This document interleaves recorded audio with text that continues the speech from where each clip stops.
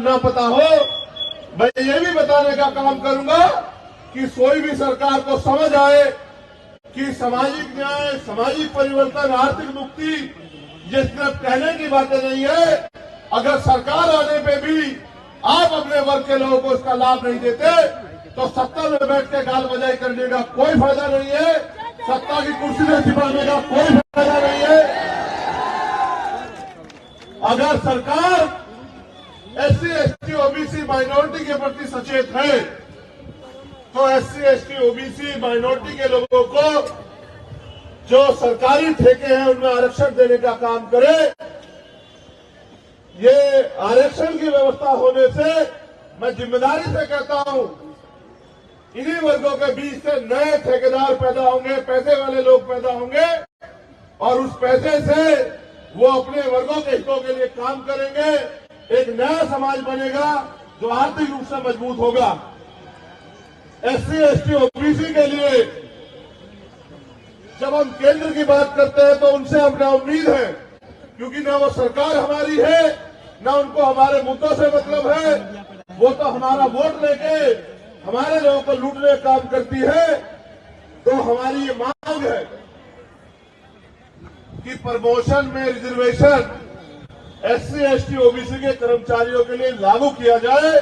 अगर ये सरकार वास्तविकता में बहुजन समाज के लोगों का हित चाहती है, ये सरकार जातिगत जनगणना करा रही है, उसके लिए तो मैं उनको धन्यवाद देता, लेकिन जातिगत जनगणना कराने के बाद करेगी क्या? तो मैं सरकार को रास्ता दिखा रहा हूं कि जातिगत जनगणना करा के, क्योंकि अब 2022 के आदेश के बाद सुप्रीम कोर्ट के 50% की सीमा खत्म हो गई है, तो सरकार बिहार में सबसे पहले 100% रिजर्वेशन लागू करे। जिसकी इतनी संख्या भारी उसकी इतनी हिस्सेदारी। 52% ओबीसी को 52% आरक्षण दे। जो आबादी दलित आदिवासियों की है उनको उनके बराबर आरक्षण दे। जो आबादी मुस्लिम समाज की है उनके बराबर आरक्षण दे।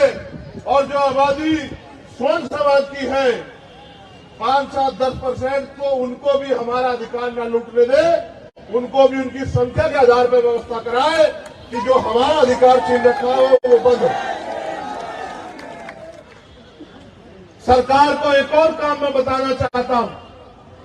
मैं कल लखनऊ में था, वहां रेलवे के कर्मचारी मेरे पास आए, जबकि वो सेंटर के अधीन है। मगर मैं यहां की सरकार से कहना चाहता हूं कि सरकार चाहे तो इन वर्गों के कर्मचारियों का भला करने के लिए पुरानी पेंशन को वो बिहार में शुरू कर सकती है, जिसका बड़ा लाभ इन वर्गों के कर्मचारियों को मिलेगा और वो अपने पैरों पर खड़े रहेंगे। आने वाले समय में पे बैक टू सोसाइटी के जरिए वो समाज में महापुरुषों के आंदोलन को चलाने का काम करेंगे। और इसके बाद जहां तक मुझे जानकारी है 8 लाख एकड़ जमीन, जहां सरकारी 8 लाख एकड़ जमीन है, 18 लाख, ये जानकारी मुझे बिहार के साथियों ने दी। अगर सरकार वाकई में संवाद करना चाहती है तो वंचित वर्ग के लोगों को कृषि करने के लिए, घर बनाने के लिए, क्योंकि आपकी कई योजनाएं गरीबों का घर छीन रही है। जो 33 साल से लोग बसे हुए हैं, बक्सर में उन्होंने मुझे आके बताया कि सरकार योजना चला रही है, बहुत अच्छी बात है, लेकिन अपने लोगों के घर उजाड़ के तालाब बना के कौन सी योजना चलाने का काम कर रहे हैं। इसलिए अगर सरकार करना चाहती है, आज आपके पास मौका है। उस जमीन को, क्योंकि हमने उत्तर प्रदेश में देखा है, मान्यवर काशीराम साहब कहते थे कि जो जमीन सरकारी है वो हमारी है, तो उस जमीन को गरीबों में बांटने का काम करे, जिससे ये गरीब खेती या अन्य कोई रोजगार करके अपने पैरों पे खड़े हो।